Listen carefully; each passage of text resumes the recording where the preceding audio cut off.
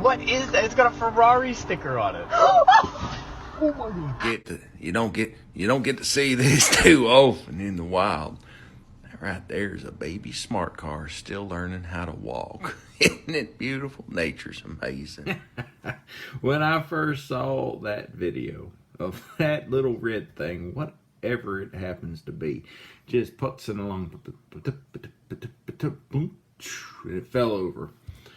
I about lost it. I tell you what, most of the videos that I stitch on TikTok, they're somewhat funny to start with, but I try to add something to it. So I'll take a video that's like, oh, that's pretty amazing, and then I'll add a caption or a commentary or something funny to it that just makes it my own.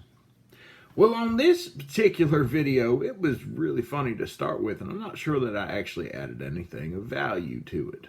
So for a while, probably 4 or 5 years at my job, I had a company vehicle. Now, I don't get to pick what company vehicle I get. And what they assigned to me was a Scion XB. Here, I'll put a picture of it here.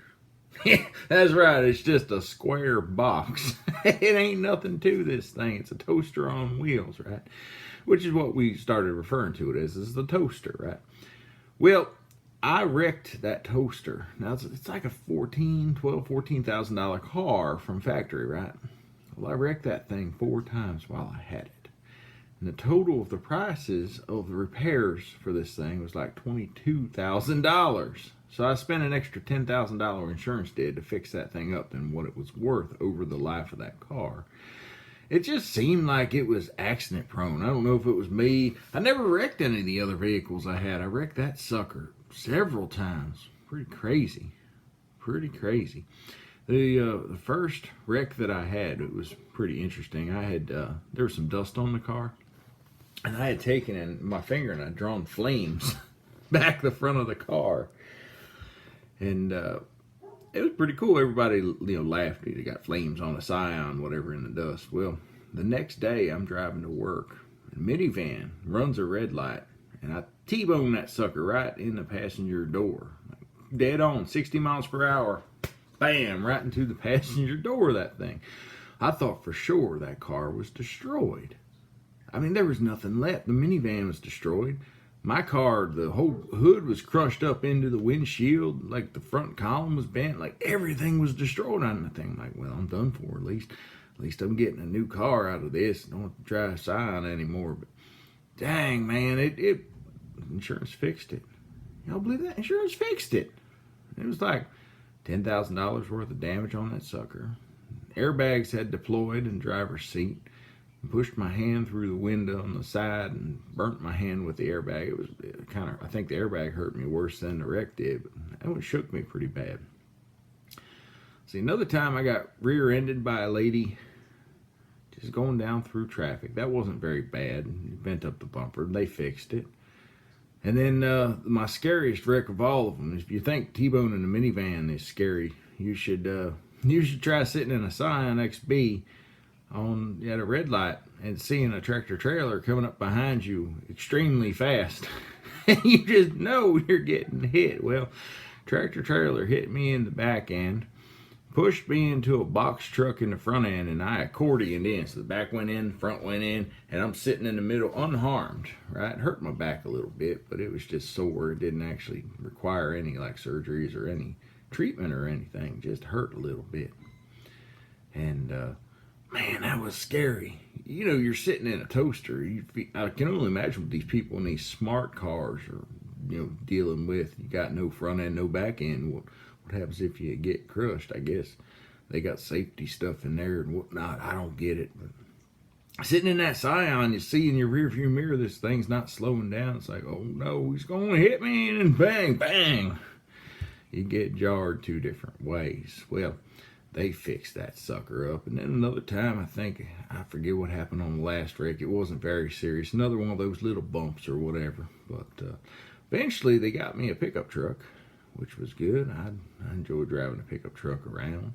And that fits me so much better than the little Scion ever did. But man, little toasters, man, they ain't fun to drive. It's good for getting around, good for gas mileage or whatnot, but it ain't fun to drive, you know. Speaking of fun to drive, you know, back when the COVID first hit, back around, I'd say it was April, I think it was.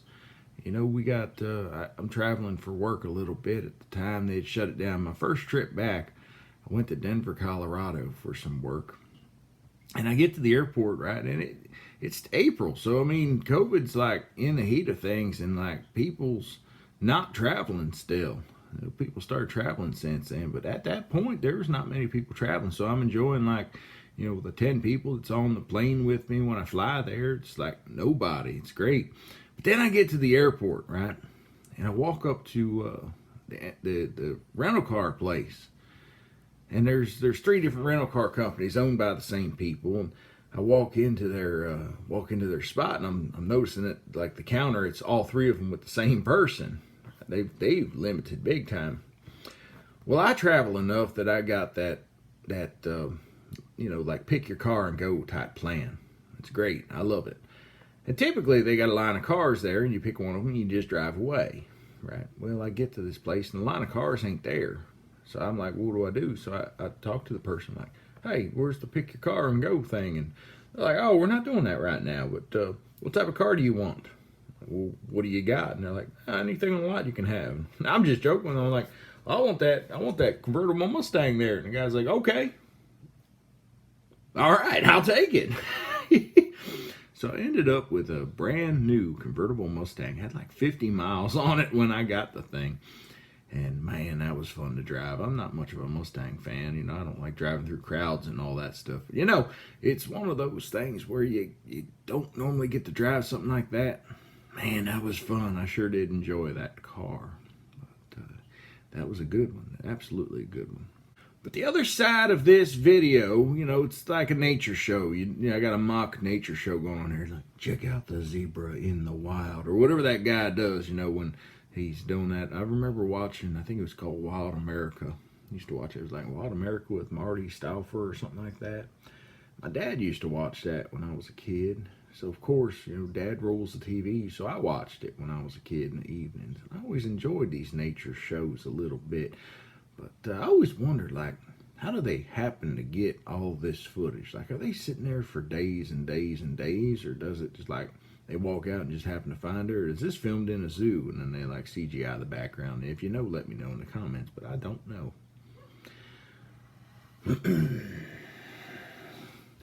So when I saw this smart car, whatever this thing is, not even a smart car, it's like a dumb smart car, a little baby thing, putzing along and then fall over. I just cracked up. The first thing that went to my mind is nature show. Like, check out this smart car in the wild. It's a baby you don't get to see. Whatever I said there. It's pretty crazy, but I enjoyed this one a lot. But I hope you enjoyed it too. And we're going to watch it one more time, and then I'll have a few more things to say, and then we'll get out of here. What is that? It's got a Ferrari sticker on it. Oh my God. You don't get to see this too often in the wild. Right there's a baby smart car still learning how to walk. Isn't it beautiful? Nature's amazing. Well, I hope you enjoyed that there. If you did enjoy what you just saw, you can watch some other videos. They're going to be popping up here in a few minutes, and you can see what else I got. And you can subscribe to my channel. You know how that works. I'm not introducing you to YouTube. I'm sure you've been here for a while. So feel free to like, share, comment, ring that bell, or whatever else they say you should say here at the end. Do all those things, and then tell your friends about me, and let's get the word out that I'm here. Well, that's all I got for today. Y'all be good. Have a good one. Catch you next time. Be good. There's them finger guns again. Can't help it.